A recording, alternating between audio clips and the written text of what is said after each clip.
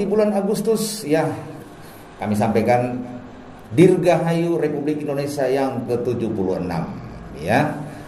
Untuk warga Indonesia, negara yang tangguh ya. Tangguh tumbuh apa? Indonesia tangguh, Indonesia tumbuh ya. Oke. Masih di bulan Agustus, berarti suasana proklamasi, suasana 17-an masih tetap ada di lingkungan kecil tentunya. Ya, kembali bersama dengan kami di tayangan Hot Issue minggu ini bersama Bung Udin ya. Ya, bagaimana kabar Bung Udin? Alhamdulillah sehat. Sehat ya Bung Udin ya. Apa kabar ini selama 1 minggu ini Bung Udin? Alhamdulillah kita selalu mencari hot issue selama 1 minggu ini. Namun sebelumnya kita berikan merdeka. Merdeka ya. Tetap semangat meskipun di tengah pandemi Covid, semangat patriot, semangat kebangsaan ini masih tetap semangat ya bangsa ini ya, anak bangsa. Dan ini yang harus kita pupuk terus ya. Apapun situasinya kan begitu ya. Betul. Tetap merdeka. Baik Bung Udin, sebagai pengamat versi CB News, dalam 1 minggu masih di bulan Agustus ya, bulan 17-an ya. Isu apa ini yang lagi ramai di tengah-tengah masyarakat? Boleh dibuka? Buka. Oke. Assalamualaikum warahmatullahi wabarakatuh. Waalaikumsalam. Isu pada minggu ini yaitu tentang pernak-pernik menyambut Hari Kemerdekaan Republik Indonesia yang ke-76. Gitu ya. Luar biasa, sungguh luar biasa. Padahal kita ini sudah ada PPKM, sudah PSBB, tapi warga ini luar biasa semangatnya dalam memeriahkan 17 ini ya. Betul. Semangatnya luar biasa. Saya keliling kampung, keluar masuk kampung, luar biasa. Pernak-pernik semangat nasionalisme warga Kota Probolinggo. Luar biasa. Luar biasa ya. Sungguh luar biasa. Tidak ada pengaruh dengan PPKM tapi semangat kecintaan terhadap bangsa ini luar biasa. Dalam penyambutannya nggak ada pengaruh. Cuma dalam pelaksanaan beberapa kegiatan tetap prokes. Ya. Gitu. Kemudian beberapa media juga yang kita sempat meliput sampai dengan adanya upacara ya yang langsung dilakukan secara spontanitas kayaknya ya. Masyarakat juga kaget ini ada upacara di perempatan Jalan Soekarno-Hatta ini ya. Nah itulah rasa nasionalisme terbangun, terbentuk karena rasa cinta kepada tanah air. Nah di situ di saat kita merayakan, menyambut Hari Kemerdekaan dan ini 1 tahun sekali. Sehingga warga itu banyak cara untuk menyambut. Salah satunya dengan menggelar upacara di perempatan Bram. Juga yang saya salut lagi, di saat detik-detik proklamasi, kendaraan berhenti menghormati. Merinding ini jadinya melihatnya ini ya. Ya itu sangat bangga sekali. Artinya kita yang sudah tidak ikut berjuang, kita yang hanya menikmati ini, masa untuk menghormati saja kita nggak bisa. Nah di situ tapi faktanya warga Probolinggo luar biasa ya. Sampai ada upacara seperti itu, virtual pun dilakukan. Nah di situ demi menghormati para pahlawan pejuang bangsa, darah mengalir dari mereka untuk kemerdekaan negara ini. Jangan lupa jas merah. Jas merah. Ya kan ya. Jasa para pahlawan gitu ya. Baik kemudian ya masih di bulan Agustus, kemudian ada isu apa lagi nih ya, selain pernak-pernik dan perayaan-perayaan 17 baik secara virtual juga yang cukup fenomena ini terjadi di perempatan ini di jalan dari 4 ruas ini ya. Saya melihat itu luar biasa warga ini ya, antusiasnya ini. Selain itu kira-kira ada isu apa lagi yang masih seputar Probolinggo? Cukup menarik untuk isu minggu ini adalah tentang pasar baru. Keluh kesah masyarakat ini kayaknya. Keluh kesah masyarakat juga dari Komisi 3 yang menyampaikan di media bahwa proses lelang sudah selesai tapi kenapa kok belum dikerjakan. Nah, ini menurut pengamatan saya ya kemungkinan butuh proses. Cuma informasi terakhir yang saya terima dan ini A1 informasi ini bahwa mulai besok Senin sudah mulai digarap. Sudah mulai digarap. Mulai digarap. Nah, saya berpikir memang seharusnya segera diganti. Kasihan pedagang-pedagang itu sudah sekian lama dia harus keluar dari pasar dengan menempati bedak-bedak yang tidak layak. Ya. Sehingga mereka berpikir walaupun tidak dibangun semewah sebagus awal, yang penting bagi para pedagang pasar baru adalah mereka bisa kembali berdagang di dalam pasar. Tidak di TPS lagi ya? Ya, tidak di TPS lagi, tidak di pinggir-pinggir jalan lagi. Mereka otomatis begitu misalnya bisa berjualan di dalam pasar baru, income mereka insya Allah lebih bertambah lagi daripada di pinggir-pinggir jalan itu. Artinya kenyamanan konsumen sudah mulai bisa bisa diatasi jadi. Ya. Nah itu kita berharap sebagai pengamat nih kepada stakeholder, baik kepada pemerintah kota, kepada DPRD ini bersinergi bagaimana pasar baru ini segera diselesaikan. Ya kalau sudah mulai Senin nanti dikerjakan, ya kita berharap tepat waktu, nggak ada lagi tuh pemutusan kontrak. Jadi pemenang tender harus konsisten nih, harus konsisten dengan jangka waktu yang diberikan oleh pihak pemerintah kota, dalam hal ini Dinas PUPR, supaya kalau pekerjaan ini benar-benar disoroti, termasuk Komisi 3 nih harus menyoroti progresnya. Jangan sampai putus kontrak lagi nih. Jangan sampai putus kontrak, harus progresnya benar-benar dilihat agar supaya tidak terdampak lagi kepada pedagang-pedagang pasar baru. Kasihan, sudah sekian lama. Sudah anggarannya dari sekian miliar dipotong jadi sekian sampai sekarang. Nah ini kebetulan tahun ini sudah ditender, sudah dimenangkan dan akan segera digarap, harus tepat waktu. Gitu ya. Ya. Ini sebagai pengamat punya kerja ekstra nih kayaknya, ikut mengamati juga ini. Loh, akan saya amati juga progresnya.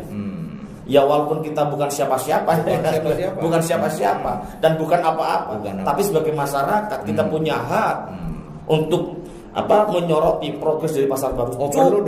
Perlu ada fungsi kontrol dari masyarakat. Cukup sudah penderitaan pedagang pasar baru. Sudah waktunya pedagang pasar baru masuk ke dalam pasar lagi.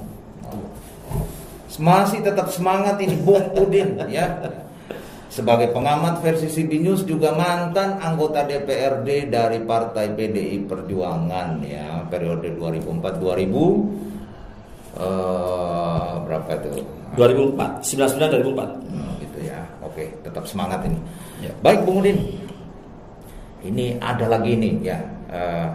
Baru-baru kemarin ini ada terjadi kecelakaan perlintasan kereta api tanpa palang pintu yang kembali menelan korban jiwa. Ini kan menurut pengamatannya Bung Udin, apa memang masih banyak palang pintu yang belum ada? Ya, sebelumnya kami kita sangat berbelasungkawa, berduka ya, turut berduka cita kepada keluarga korban. Semoga husnul khotimah. Amin. Nah, kembali kepada permasalahan perkeretaapian.